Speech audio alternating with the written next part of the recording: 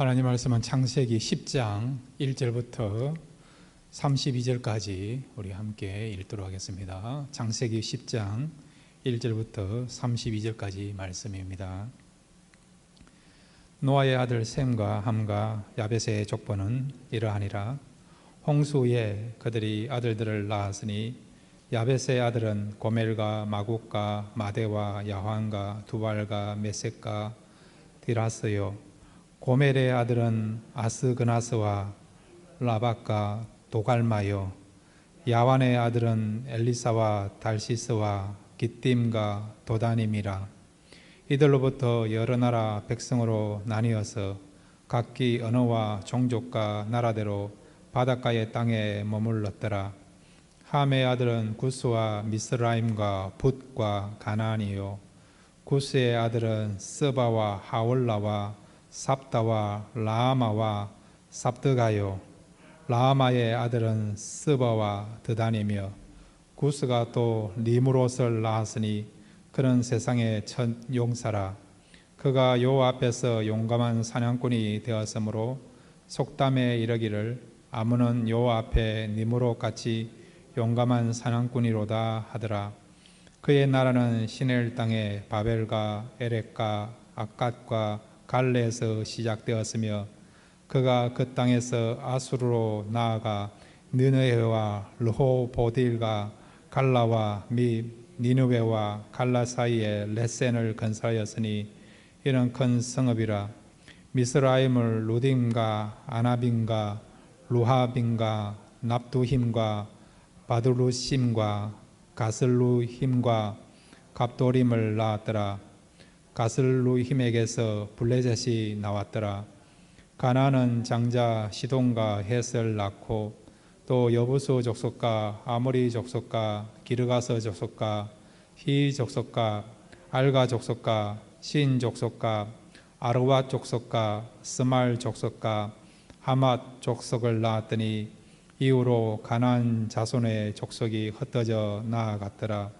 가나안의 경계는 시돈에서부터 그라를 지나 가사까지와 소돔과 고모라와 아드마와 스보임을 지나 라사까지였더라. 이들은 함의 자손이라 각기 족속과 언어와 지방과 나라대로였더라. 셈은 에벨 온 자손의 조상이요 야벳의 형이라. 그에게도 자녀가 출생하였으니 셈의 아들은 엘람과 아수르와 아르박삭과 룩과 아람이요.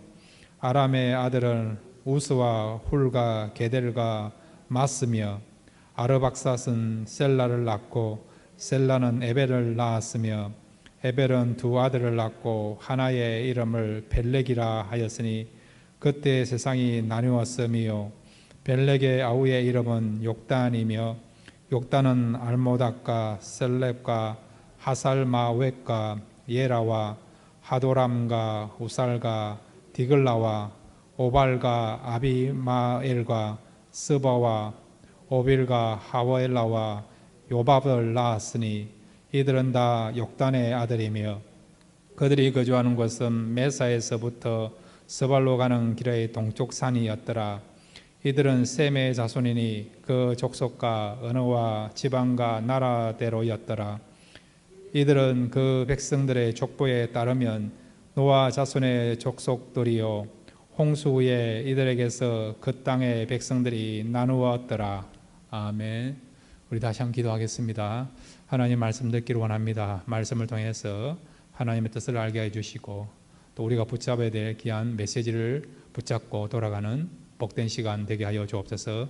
예수님의 이름으로 기도드렸습니다. 아멘. 오늘 말씀을 통해서 우리 인생에서 진짜 중요한 게 뭔가를 붙잡고 돌아갈 수 있는 귀한 시간 되시기를 바랍니다.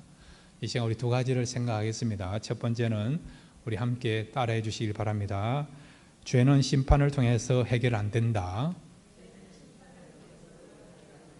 예, 그렇습니다. 우리가 앞에서 홍수 심판이 있었잖아요. 그리고 요즘 우리가 새벽에 또 창세기 말씀을 나누는데 소돔 고모라가 심판을 받았잖아요. 그러면 죄의 문제가 해결되느냐? 더 이상 죄인이 없고 의인만 나와야 되는데, 그러면 의인만 계속해서 나오게 되고 의인된 생활을 하게 됐느냐? 아니지 않습니까?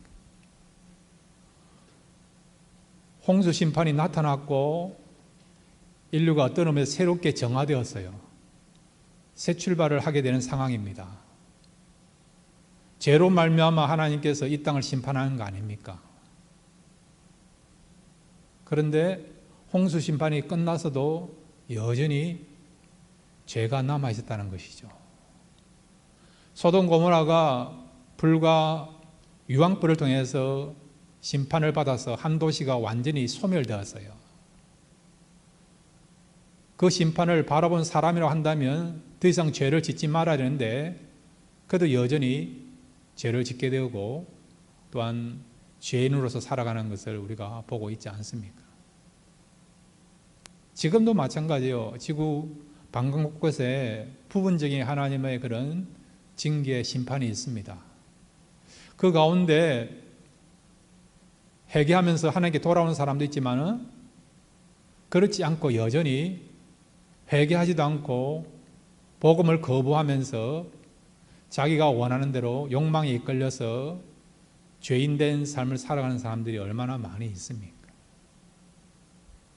그러므로 여러분, 심판은 있지만은 이 심판을 통해서 근본적인 죄의 문제가 해결되지 않는다는 것을 오늘 또 본문을 통해서 우리가 발견할 수 있습니다. 먼저 우리가 8장 21절 한번 볼까요? 하나님이 이 노아에게 약속하기로 다시는 물로 심판하지 않겠다, 그렇게 약속하시는데, 그렇게 하신 이유가 이 8장 21절에 나와 있습니다. 8장 21절 우리 함께 읽겠습니다. 시작. 여호와께서 그 향기를 받으시고 그 중심에 이르시되 내가 다시는 사람으로 말미암아 땅을 저주하지 아니하리니 이는 사람의 마음이 계획하는 바가 어려서부터 악함이라. 내가 전에 행한 것 같이 모든 생물을 다시 멸하지 아니하리니. 예. 물로 심판한 것처럼 다시는 물로 심판, 즉 물로서 멸하지 않겠다 약속하셨어요. 그래서 하나님 말씀대로 홍수 때처럼, 노아 때처럼 홍수를 통해서 심판하는 일은 앞으로 없을 것입니다. 그렇지만은 최후에 또 심판이 있지 않습니까? 그 심판이 있기 전에 이 세상이 멸망당하는 그런 종말이 또 있지 않습니까? 베드로 사도는 불의 심판이 있다라고 말씀하고 있지 않습니까? 그런데 여기 보시면 창세기 8장 21절에 보시면 하나님께서 다시는 물로서 심판하지 않겠다, 그렇게 말씀하시면서 그 이유를 대시고 있는데, 그 이유가 뭐냐니까 사람의 마음이 계획하는 바가 어려서부터 악함이라. 어려서부터 악함이라. 시편 51편에 나와 있는 다윗의 고백으로 빌린다면 우리가 태어날 때 이미 죄인으로 태어났다는 거예요. 어머니 뱃속에 있을 때부터 우리는 이미 죄를 품고 태어났다는 것입니다. 그러니까 아담과 하와가 범죄한 이후부터는요, 인간의 마음에 죄를 지을 수 있는 죄의 씨가 있다는 거예요. 죄의 불씨가 있다는 것이죠. 불씨는 여러분, 바람이나 환경이 맞으면 활활 타오르는 거 아닙니까? 솟아오르는 거 아닙니까? 우리 마음에 여러분 죄의 불씨가 있는 거예요, 여러분. 그런데 여러분, 이 죄의 불씨를 해결할 수 있는 것은 심판이 아니란 거예요. 여러분, 죄의 문제를 해결할 수 있는 유일한 길은 무엇입니까? 예수님의 보혈의 피만이 우리의 죄의 문제를 해결할 수 있는 것을 믿으시길 바랍니다. 그래서 하나님께서는요, 심판을 우리에게 허락하시고 인류가 심판을 받도록 그것을 진행하셨지만은 이 심판 가운데 구원받은 노아의 이 가족들이 이제 땅에 나와서 생활을 하지만은, 그러면 그들이 그 심판을 보고 죄를 짓지 아니했느냐? 아니다는 거죠.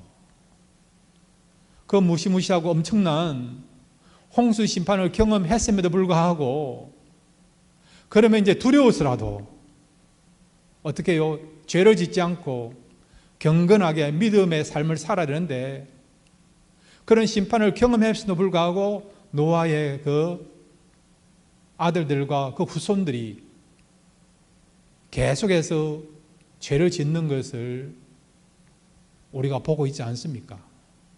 이 모든 것들을 아시는 하나님께서 뭐라고 말씀하십니까? 사람의 마음이 어려서부터 생각하고 행하는 모든 것들이 악하기 때문에 그래서 심판으로서는 이 죄의 문제를 해결할 수 없기 때문에 그래서 다시는 물로서 심판하지 않겠다라고 말씀하고 있는 것입니다. 자, 오늘 성경 여러분 여기 10장 8절부터 10절까지 보면 함의 우성 가운데 니무롯이라는 사람이 나옵니다. 니무롯. 이 사람은 그 당시 사회에서 가장 유명하고요. 또한 인정받는 그런 사냥꾼이었습니다. 지금 사냥꾼 하면 사람들이 인정하지 않고 그렇게 관심을 갖지도 않아야 하는데 그 당시 사냥꾼은요. 최고의 잘 나가는 인정받는 그런 비즈니스맨입니다. 사업가입니다. 지금의 그런 기업가라 할 수 있을 정도로 그 당시 사회에서는 촉망받는 인정받는 영향력 있는 그런 사람이 바로 사냥꾼이었어요. 그 사냥꾼 가운데도 가장 유명하고 그 다음에 막강한 힘을 갖고 있던 사람이 바로 니무롯이라는 사람이란 것을 성경이 말하고 있습니다. 그런데 이 사람이 어떤 일을 벌이느냐 우리 같이 한번 살펴보겠습니다. 10장 8절에서 10절 우리 함께 읽겠습니다. 시작.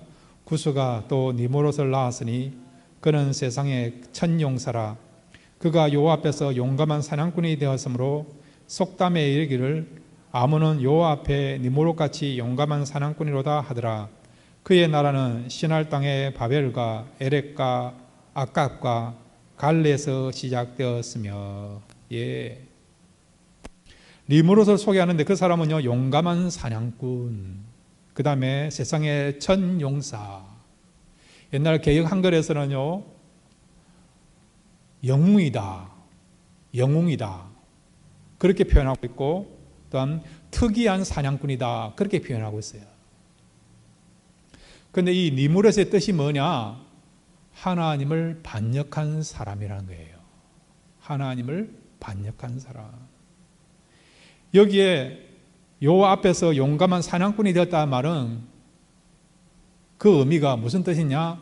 하나님을 대항해서 반역하는 삶을 살았다.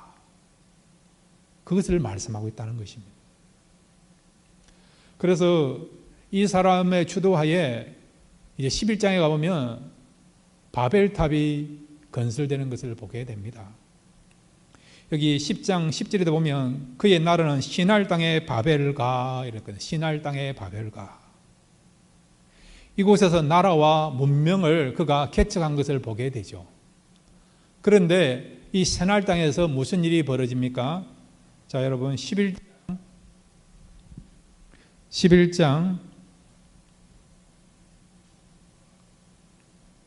1절부터 4절까지 우리 같이 읽겠습니다. 11장 1절부터 4절입니다. 시작.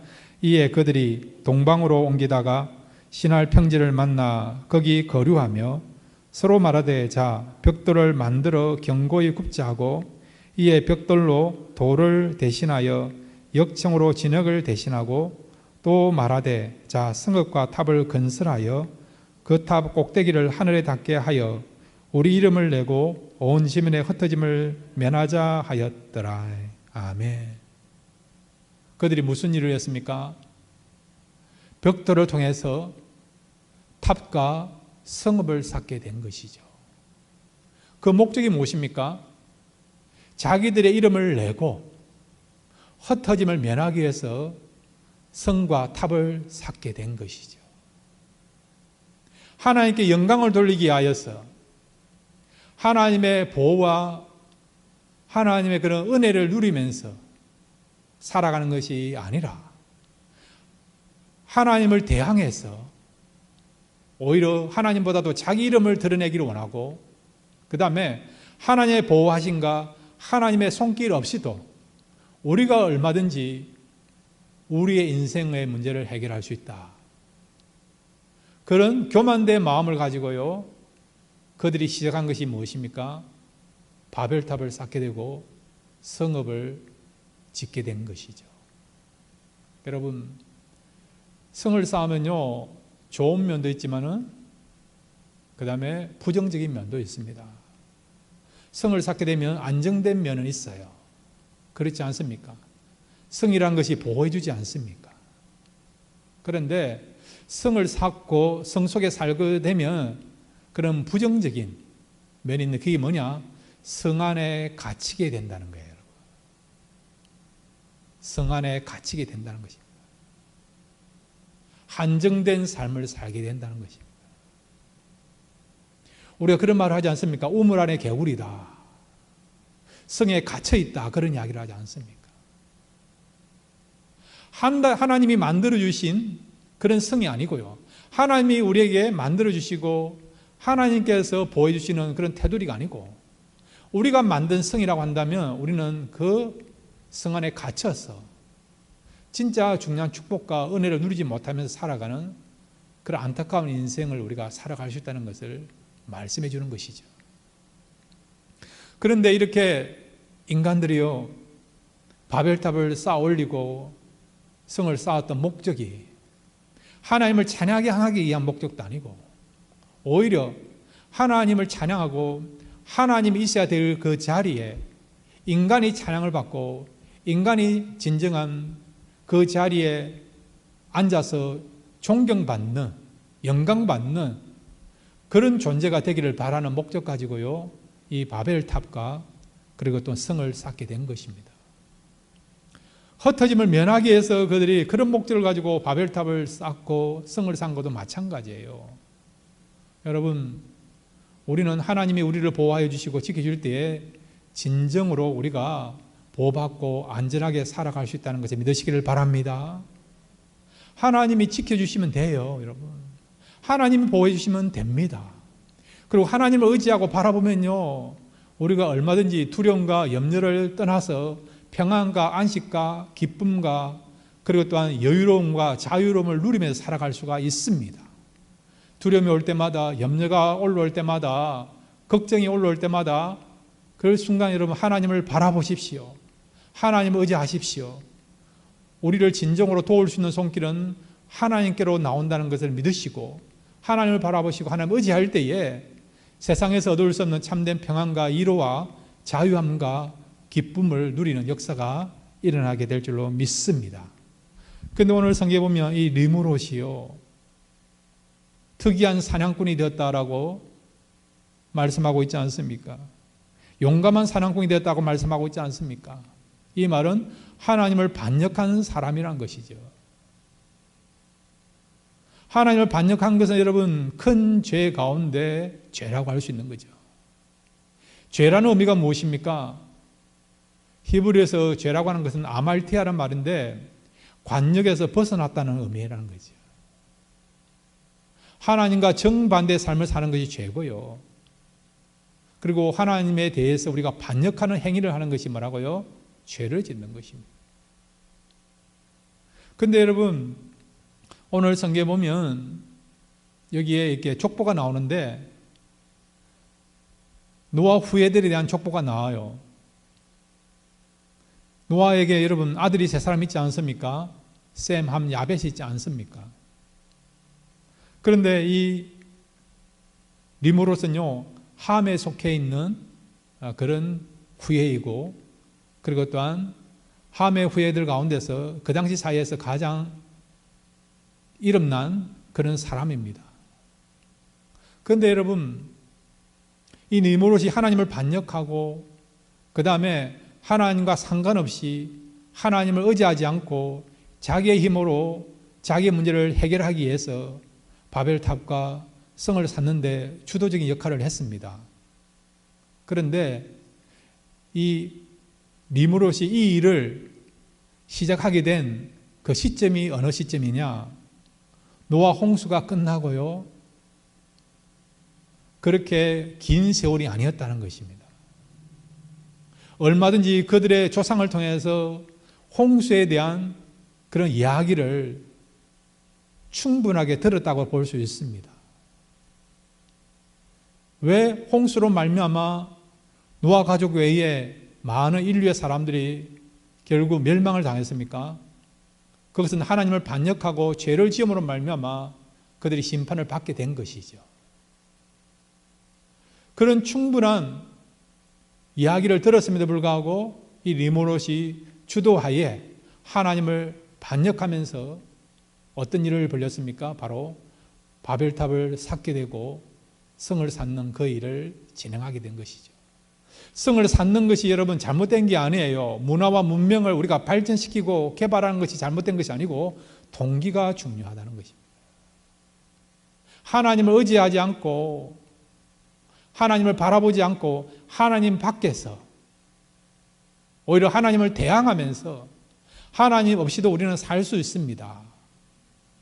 그런 의미를 가지고 그런 나쁜 동기를 가지고 바벨탑을 쌓게 되고 또 성을 쌓게 된 것이죠. 이 모든 동기는요, 이 동기를 바탕으로 한 행동들은요, 바로 죄라고 할 수 있는 것이죠. 그들의 조상들이 홍수 심판을 통해서 멸망당했음에도 불구하고 그 죄로 말미암아 심판을 경험했음에도 불구하고 어떻게 했다고요? 바로 셈, 함, 야벳 이 후손 가운데서 홍수 심판을 경험한 후예들 가운데서 여전히 죄를 짓는 범죄하는 그런 사람이 출현하고 있다는 것을 우리가 보게 되는 것입니다. 자, 그러면 여러분, 이런 심판을 통해서 죄의 문제를 해결할 수 없다면 그러면 무엇을 통해서 우리의 죄의 문제를 해결할 수 있는가? 자, 여러분, 우리 호세아 10장 12절을 같이 읽겠습니다. 호세아 10장 12절 말씀입니다. 우리 함께 읽겠습니다. 시작. 너희가 자기를 위하여 공의를 심고 인애를 거두라. 너희 묵은 땅을 기경하라. 지금이고 여호와를 찾았더니 마침내 여호와께서 오사 공의를 빛처럼 너희에게 내리시리라. 아멘. 여기 보면 너희 묵은 땅을 기경하라 이랬어요. 농사를 지으려고 하면 땅이 딱딱하면 안 되잖아요. 땅을 기경해야만이 거기에 씨를 뿌리실 때에 씨앗이 자라서 열매를 맺을 수 있는 거 아닙니까? 여기서 너희 묵은 땅을 기경하라 말은 땅을 기경하라 그런 의미가 아니고요. 우리의 완악하고 죄악되어 있는 교만한 이 마음의 묵은 마음들을, 우리의 묵은 마음들을, 심령들을 기경하라고 말씀하는 거예요.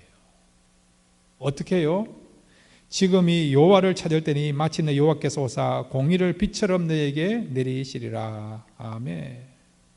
하나님을 찾기만 하면 어떻게 된다고요? 하나님께서 우리에게 은혜의 비를 내리심으로 말미암아 묵어있는 딱딱하고 완고한 우리의 심령들이 부드러운 마음으로 말씀을 받을 수 있고 회개할 수 있고 하나님을 사모할 수 있는, 겸손할 수 있는, 하나님의 은혜를 갈망하는 그런 마음으로 바뀔 수 있다는 것입니다. 그러므로 여러분, 심판으로서는요, 우리가 진정으로 변화될 수 없고 오직 하나님의 은혜를 찾고 하나님 앞에 우리가 회개한 마음으로 나갈 때에 우리의 묵은 마음들이, 딱딱한 마음들이 기경되어서 하나님의 은혜가 임하게 되고 그리고 또한 하나님 축복과 하나님 주시는 그런 놀라운 그런 은혜들을 누릴 수 있는 그런 하나님의 사람으로, 그런 심령으로 바뀌게 될 줄로 믿습니다. 자, 이 부분에 대해서 고린도후서 5장 17절은 이렇게 말씀하고 있습니다. 고린도후서 5장 17절 우리 같이 읽겠습니다. 시작. 그런즉 누구든지 그리스도 안에 있으면 새로운 피조물이라 이전 것은 지나갔으니 보라 새 것이 되었도다. 아멘. 우리가 어떻게 하면 새로운 피조물이 될 수 있습니까?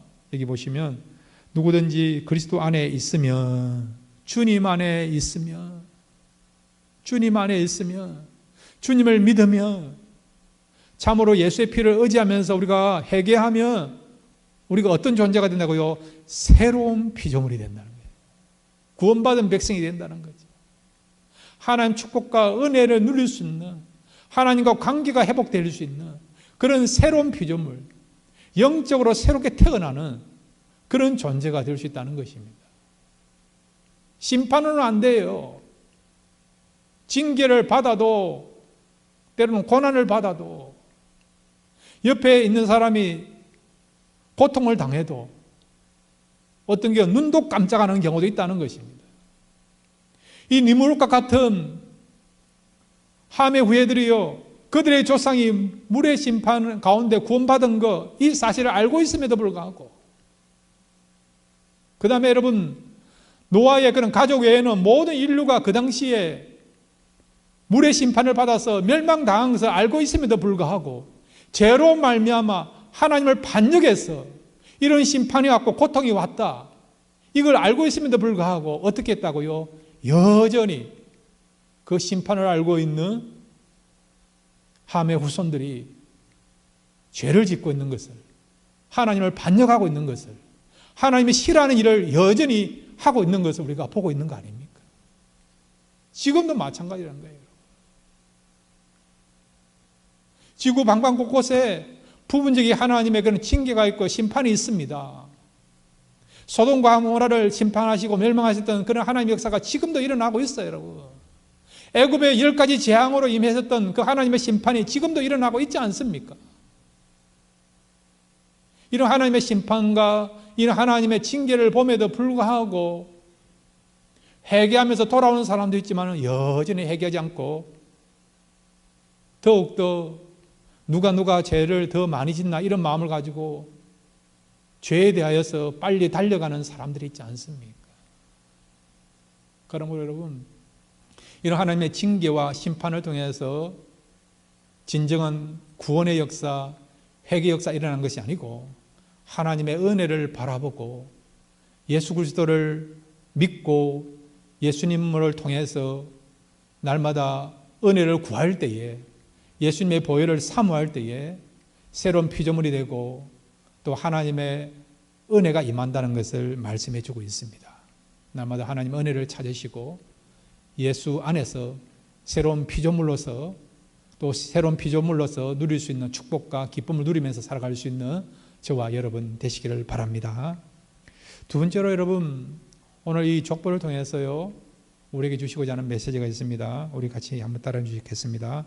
족보는 두 종류의 사람이 있다는 것을 보여준다. 예, 그렇습니다. 자, 10장 1절 한번 같이 읽을까요? 10장 1절입니다. 시작. 노아의 아들 셈과 함과 야벳의 족보는 이러하니라. 홍수 후에 그들이 아들들을 낳았으니. 아멘.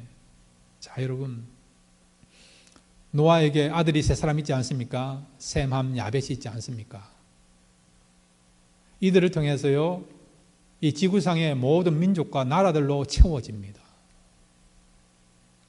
여기 창세기 10장에 보면 이 셈, 함, 야벳의 후예들이 나오는데, 그들을 통해서 나라와 민족이 나오는데 몇 민족이 나오느냐? 70민족이 나와요. 이 민족은 나라가 됩니다. 그러니까 민족이면서 나라가 형성돼요.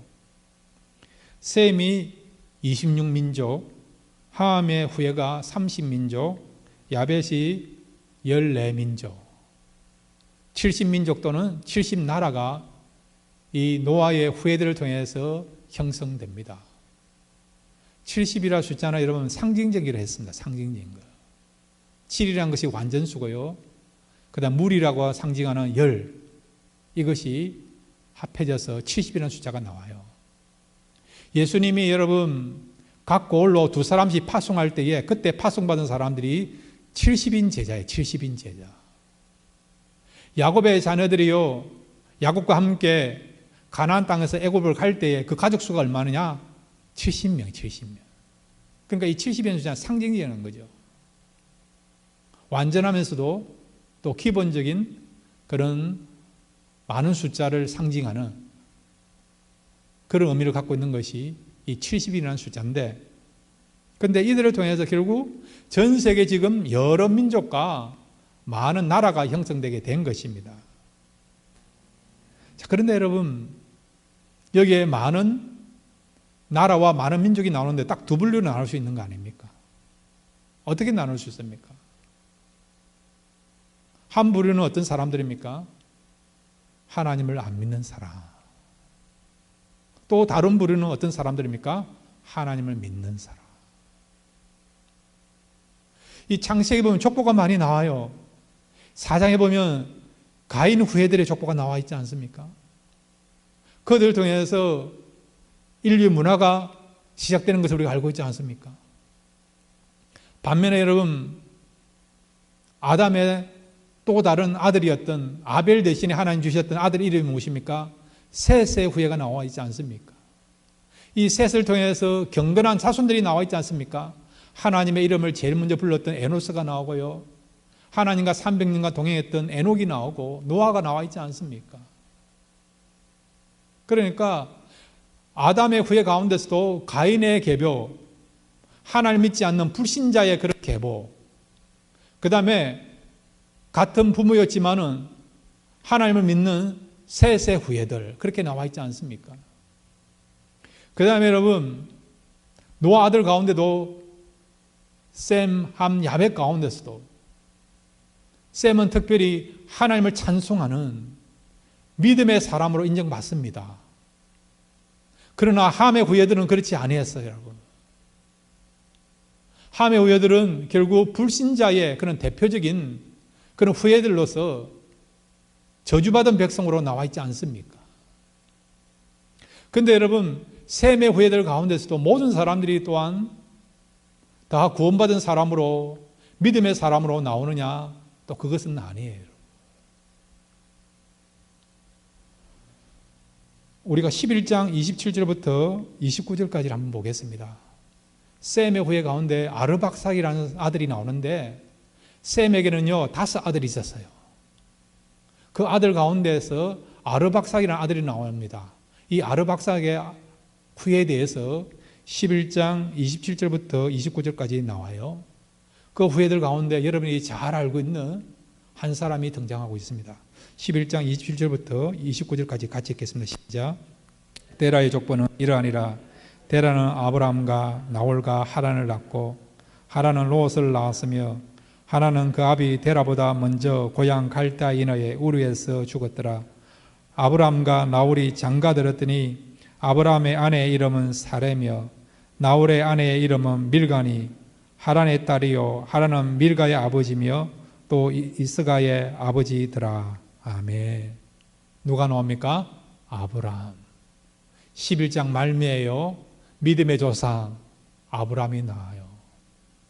그리고 12장부터는 아브라함의 삶의 생애가 나오고, 아브라함을 이어서 이제 이삭이 나오고요, 야곱이 나오고 요셉이 나오고 이스라엘 백성들의 역사가 나오는 거예요. 우리가 구약을 또 어떻게 정의합니까? 이스라엘의 역사라고 또 이야기하지 않습니까? 1장부터 여러분 11장 중반까지는 여러분 인류의 역사가 나와요. 그러다가 여러분 11장 후반부부터는 아브라함이 등장하면서 그때부터 이스라엘 역사가 시작되죠. 그리고 여러분 이 아브라함의 후손에서 또 누가 이 땅에 오십니까? 예수님이 오시지 않습니까? 예수님이 오시지 않습니까? 자, 여러분 창세기 22장 18절을 우리 같이 한번 읽겠습니다. 창세기 22장 18절입니다. 함께 읽겠습니다. 시작. 또 내 시로 말미암아 천하 만민이 복을 받으리니 이는 내가 나의 말을 준행하였음이니라 하셨다 하니라. 아멘. 이거는 하나님이 아브라함에게 이삭을 바친 후에 하나님께서 감동하셔서 아브라함에게 주시는 축복의 내용이에요. 여기서 말하는 내 시는 누굽니까? 이삭을 말하는 겁니까? 예수 그리스도를 말하는 것입니까? 예수 그리스도를 말하는 거예요. 내 시로 말미암아 천하 만민이 복을 받게 될 것이다. 그럼 여기서 말하는 복은 무엇입니까?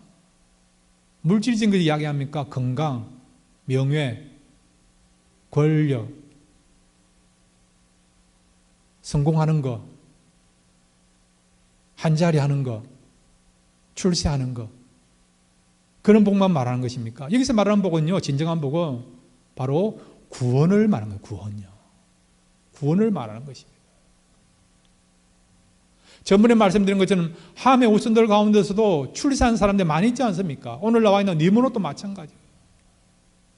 성을 쌓고 제국을 건설하고 문화를 만들어가고 왕이 되고,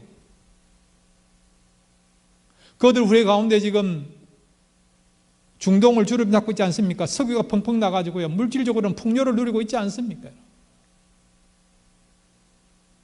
그러니까 여기서 말하는 복은 무엇이냐? 바로 예수 그리스도를 통해서 온 인류가 구원을 받는 것, 구원을 말하는 것이죠. 구원을 말하는 것. 그러면 아브라함하고 예수님하고 무슨 상관이 있습니까?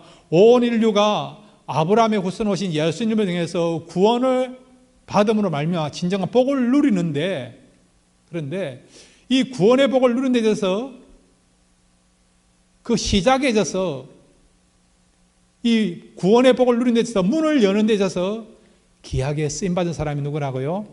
아브라함이라고요. 아브라함을 통해서 예수 그리스도가 오시고 그 예수 그리스도를 통해서 온 인류가 구원을 받게 되는 것. 이것이 진정한 복이라는 것이죠. 그래서 여러분, 창세기 보면 1장부터 여러분 10장 중반부까지는 인류에 관한 역사예요. 인류 역사가 어떻게 시작됐는가. 그러고 나서 이제 12장부터 시작되면요, 아브라함의 역사가 시작됩니다. 다르게 말하면 이스라엘 역사가 시작되죠. 그러다가 신약에 오면 예수님의 역사가 시작되면서 예수님을 통해서 교회가 시작되고, 결국 이 교회의 역사가 온 인류를 어떻게 복음화시키는가, 그것으로 장식되어 있는 내용이 성경 아닙니까? 성경. 결국 아브라함부터 여러분 요한계시록까지 성경의 대부분인데 그 핵심은 무엇입니까? 바로 한 민족을 통해서, 한 사람을 통해서 복음의 문을 열게 되고, 그 복음 문에 열린 것을 통해서 예수 그리스도가 나타남으로 이 예수님을 통해서 온 인류가 구원을 받는 것.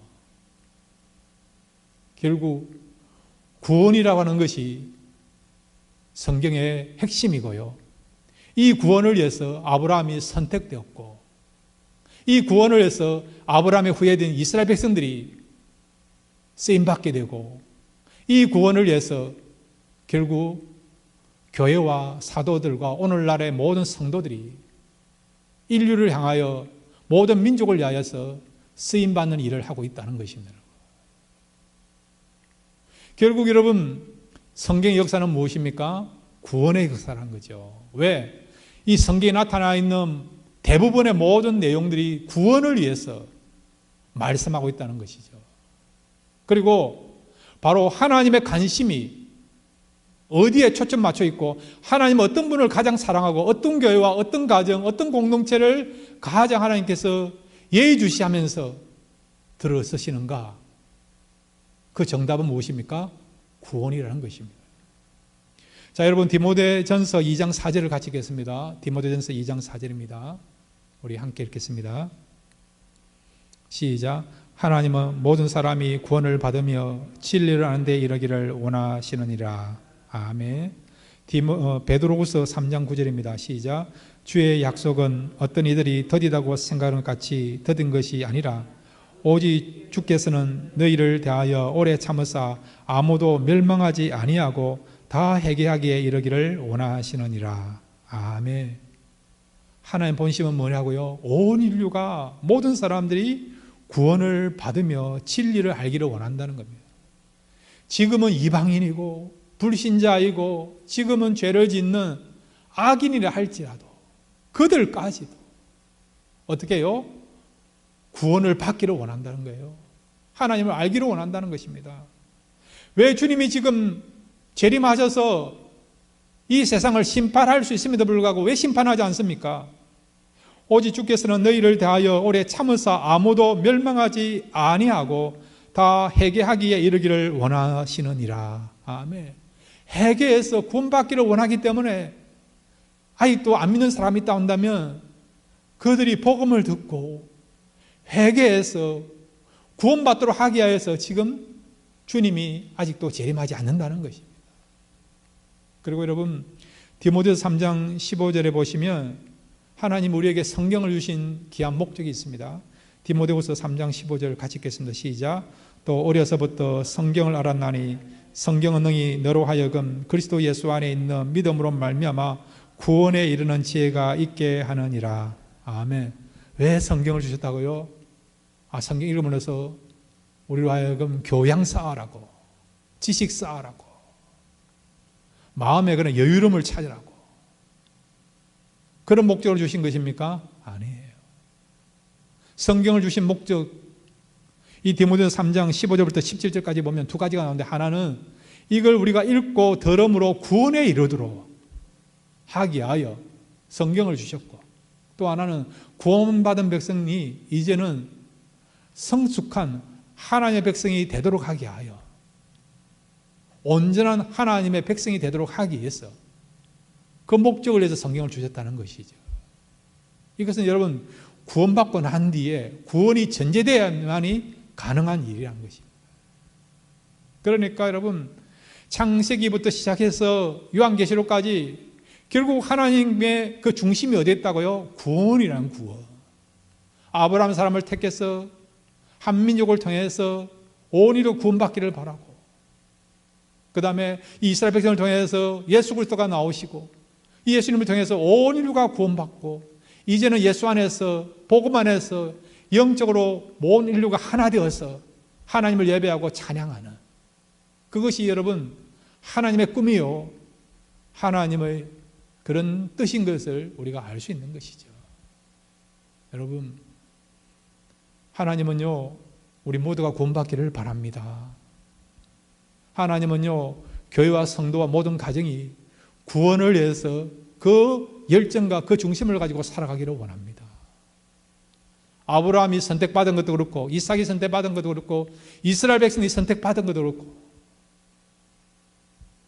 사도들이나 여러분 지금의 교회와 성도들이 살아가는 존재의 목적도요 이 구원을 이루기 위해서, 모든 사람들이 하나님께 앞에서 구원받은 백성으로 살아가기 위해서 하나님은 아브라함을 택하셨고 이스라엘 백성을 택하셨고 교회와 사도들과 성도들을 이 땅에 세우시고 존재케 하신 것입니다. 그러면 하나님이 가장 축복하시고 사랑하시고 하나님이 영순위로 여기시는 교회는 어떤 교회입니까? 구원에 대한 열정을 가지고 구원을 위하여서 최선을 다하고 이 사역을 감당하는 교회들을, 성도들을 하나님이 사랑하시고 1순위로 삼으시고 은혜 베풀어 주시고 축복하시고 그리고 도와주시고 함께 하십니다.